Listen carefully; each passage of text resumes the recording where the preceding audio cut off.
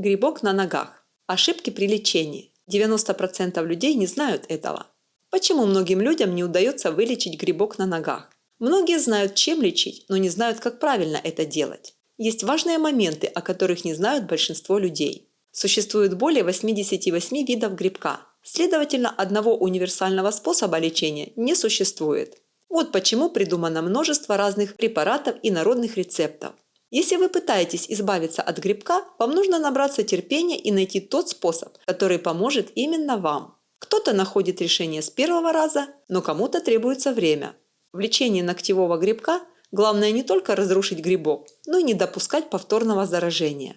Многие люди допускают серьезные ошибки в этой части. Споры грибка остаются в обуви, в носках и на инструментах, которыми люди обрабатывают ногти. При влажности более 80% споры снова начинают размножаться и поражать ногтевую пластинку и кожу. Так можно лечиться до бесконечности и не увидеть результата. Сейчас мы расскажем о 3 самых распространенных ошибках в лечении пораженных грибком ногтей. Не имеет значения, чем и у кого вы лечитесь. При несоблюдении мер предосторожности вы не вылечитесь от грибка. Ошибки при лечении грибка. Первое. Влажные потные ноги. Одна важная особенность грибков. Грибок в виде спор находится везде, на всей поверхности кожи, в окружающей обстановке, в воздухе, на различных предметах и абсолютно везде. Споры начинают размножаться и поражать ногтевую пластинку и кожу, если влажность кожи будет повышенной, то есть более 80%. Если ноги вспотели, хорошо вымойте их хозяйственным мылом и вытрите насухо чистым сухим полотенцем. Затем сразу оденьте сухие чистые носки. Второе. Наличие спор грибка на вещах. Один из важных гигиенических советов – это обязательно гладить носки при высокой температуре в сопровождении с паром.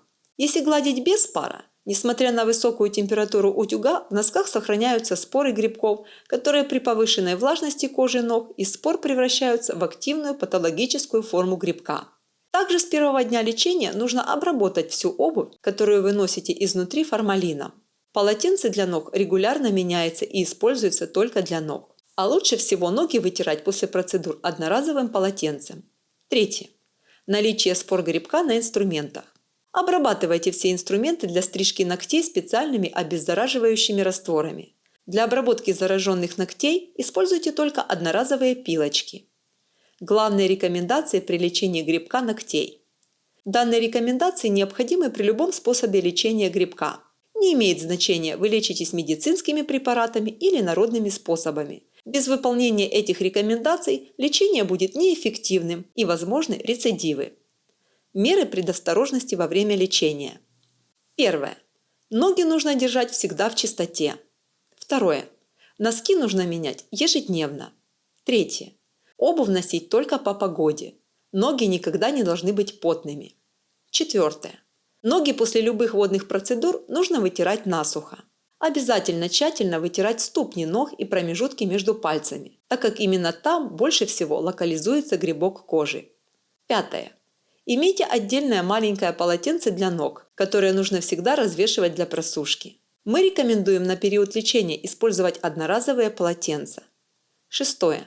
Не забывайте сушить обувь, когда она влажная. Седьмое. Во время лечения грибка меняйте домашнюю обувь 2 раза в год. Восьмое. Старайтесь носить дома обувь с открытыми носками для лучшей вентиляции. Девятое. Делайте регулярно ванночки с содой и с солью. Например, 1-2 раза в день по 30 минут. Десятое. Мыть ноги каждый день с хозяйственным или лучше дегтярным мылом.